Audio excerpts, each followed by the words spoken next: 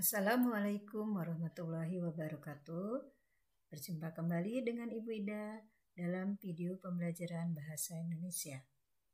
Anak-anak, bagaimana kabar kalian hari ini? Semoga kalian selalu sehat, bahagia, dan tetap semangat ya. Baiklah anak-anak, sebelum mulai pelajaran, mari kita membaca basmalah. Semoga kita diberikan kemudahan dan kelancaran dalam belajar. Bismillahirrahmanirrahim. Pada video kali ini, kita akan membahas tentang mengapresiasi dan mengkreasikan fabel. Kalian tentu pernah membaca atau menonton film animasi tentang fabel. Mengapa nenek moyang kita menciptakan fabel? Tentu ada tujuannya. Cerita fabel menjadi salah satu sarana potensial dalam menanamkan nilai-nilai moral. Kalian dapat belajar dan mencontoh karakter-karakter baik dari tokoh binatang atau hewan agar kalian memiliki sifat-sifat terpuji. Sebelum Ibu menjelaskan lebih jauh, yuk kita saksikan tayangan video berikut. Semut dan belalang. Pada siang hari di akhir musim gugur, satu keluarga semut telah bekerja keras sepanjang musim panas untuk mengumpulkan makanan. Kini mereka mengeringkan butiran-butiran gandum yang telah mereka kumpulkan selama musim panas. Saat itu datang seekor belalang yang kelaparan dengan sebuah biola di tangannya. Ia memohon dengan sangat agar keluarga semut itu memberikan sedikit makan untuk dirinya. Apa? Tidakkah kamu telah mengumpulkan dan menyiapkan makanan untuk musim dingin yang akan datang ini?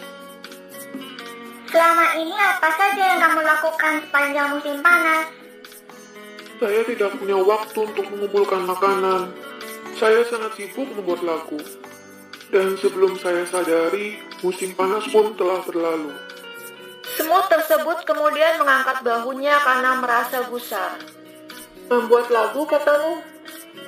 Baiklah, sekarang setelah lagu tersebut telah kamu selesaikan pada musim panas, kini saatnya kamu menari. Kemudian semut-semut tersebut membalikkan badan dan melanjutkan pekerjaan mereka tanpa memperdulikan sang belalang lagi. Ada saatnya untuk bekerja dan ada saatnya untuk bermain. Setelah kalian menyaksikan video tadi, adakah dari tokoh binatang yang mengandung nilai moral? Karakter yang dapat kalian contoh? Tentu ada, bukan? Seperti tokoh semut dan belalang. Begitu juga dengan kalian. Ada waktu untuk belajar dan ada waktu untuk bermain. Gunakan waktu dengan sebaik-baiknya. Baiklah anak-anak, Ibu akan bacakan kompetensi dasar terlebih dahulu. Kompetensi dasar pengetahuan 3.15 mengidentifikasi informasi tentang fabel atau legenda daerah setempat yang dibaca dan didengar. Kemudian, untuk kompetensi dasar keterampilan 4.15 menceritakan kembali isi cerita fabel daerah setempat yang dibaca dan didengar.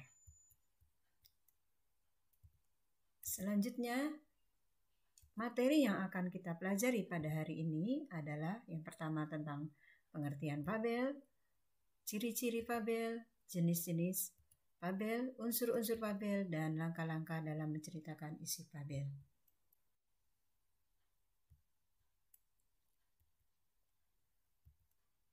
Apa sih fabel itu? Fabel merupakan cerita pendek atau dongeng yang menggambarkan watak dan budi pekerti manusia yang digambarkan pada tokoh binatang. Fabel adalah suatu cerita yang menampilkan hewan-hewan sebagai tokoh utama.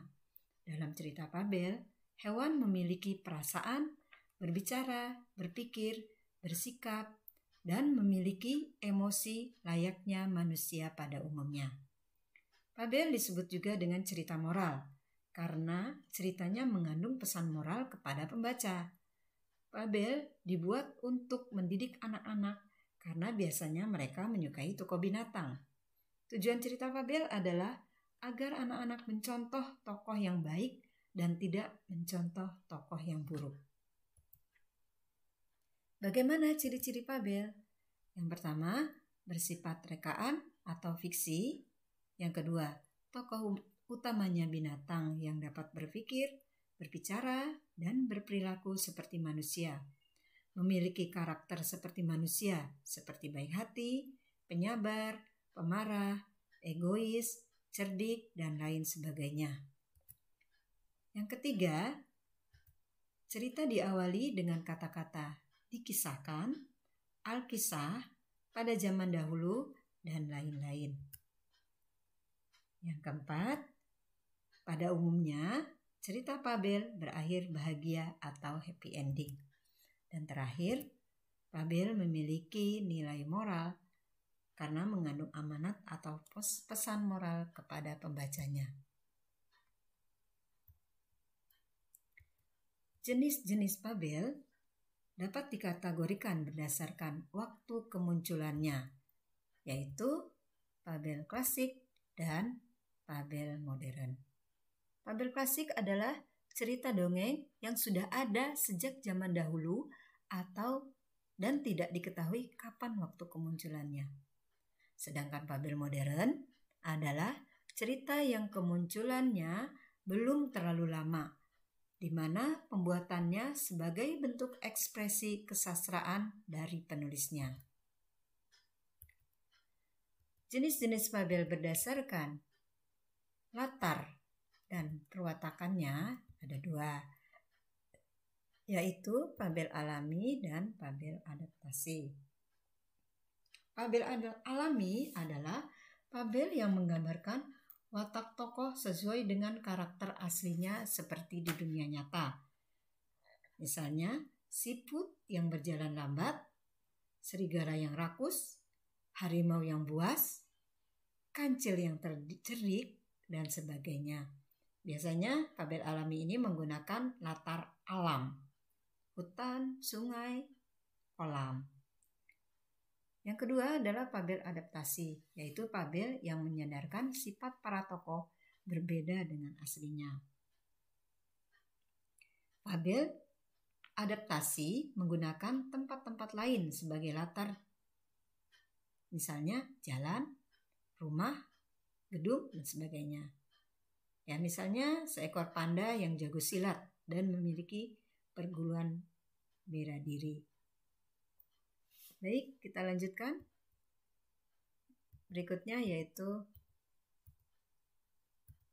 unsur-unsur fabel. Yang pertama adalah tema atau gagasan yang mendasari cerita. Yang kedua, latar, yaitu latar tempat, latar waktu, dan latar suasana. Yang ketiga, tokoh dan perwatakan. Bagaimana watak masing-masing tokoh dalam cerita fabel. Yang keempat, alur atau jalan cerita. Yang kelima, sudut pandang atau cara pandang, cara pengarang menceritakan kisahnya. Yang keenam, amanat, yaitu pesan kepada pembaca. Kemudian, bagaimana langkah-langkah kalau kita ingin menceritakan kembali isi fabel? Yang pertama, membaca keseluruhan isi cerita. Membaca keseluruhan isi cerita, bacalah seluruhnya, jangan melompat-lompat. Ya, catat tema, tokoh, sifat tokoh, dan latarnya. Yang ketiga, catat semua peristiwa atau alur yang terdapat dalam dongeng secara garis besarnya saja. Dan terakhir adalah menceritakan kembali isi dongeng, isi fabel dengan kalimatmu sendiri. Namun harus sesuai dengan isi dan urutan dongeng yang kamu dengar atau kamu baca. Baik, materi kita sudah cukup. Sekarang kita lanjutkan dengan evaluasi pembelajaran. Soal pertama, di sebuah padang rumput ada seekor singa yang sedang menyantap daging. Tiba-tiba burung elang menyambarnya. Singa pun marah dan mengatakan perang terhadap bangsa burung. Segala jenis burung akan menjadi musuhnya. Pada malam hari, kelompok yang dipimpin singa melakukan serangan. Bangsa burung kalah. Melihat kondisi itu, kelelawar cemas. Ia pun segera menemui raja hutan. Kelelawar mengatakan bahwa dirinya adalah bangsa tikus meskipun mempunyai sayap. Karena itu, dia ingin bergabung. Singa pun mengizinkannya. Keesokan harinya, ketika sekelompok singa sedang beristirahat, kelompok burung menyerang balik. Kelelawar pun cemas, sehingga dia berpikir untuk bergabung dengan bangsa burung. Kelelawar menemui elang. Elang pun menerima dengan senang hati. Selama pertempuran antara kedua kelompok itu, kelelawar bolak-balik berpihak kepada kelompok yang menang. Latar tempat dari cerita tersebut adalah A. Hutan, B. Padang pasir, C. Padang rumput, D. Kebun binatang. Yang mana jawabannya? Ya, padang rumput ya. Terbukti dengan kalimat yang pertama di atas, yaitu di sebuah padang rumput. Betul atau salah ya jawaban kita? Selanjutnya, masih dengan cerita yang sama, yaitu tentang kelelawar, singa, dan elang. Amanat yang dapat kita ambil dari cerita tersebut adalah A. Jangan mengambil sesuatu dari hak orang lain. B. Selalu berusaha berada di kelompok yang menang. C.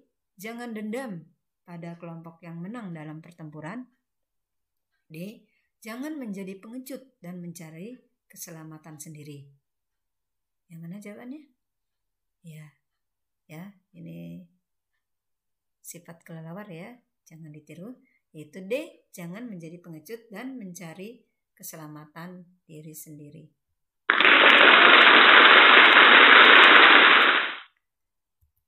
Masih sama, yaitu watak kelelawar bagaimana? Apakah dia pembohong, suka penipu, tidak punya pendirian, atau menang sendiri? Coba, menang sendiri, betul tidak? Oh, salah. Jawabannya adalah tidak punya pendirian. Terbukti dari kelelawar yang pelin-pelan.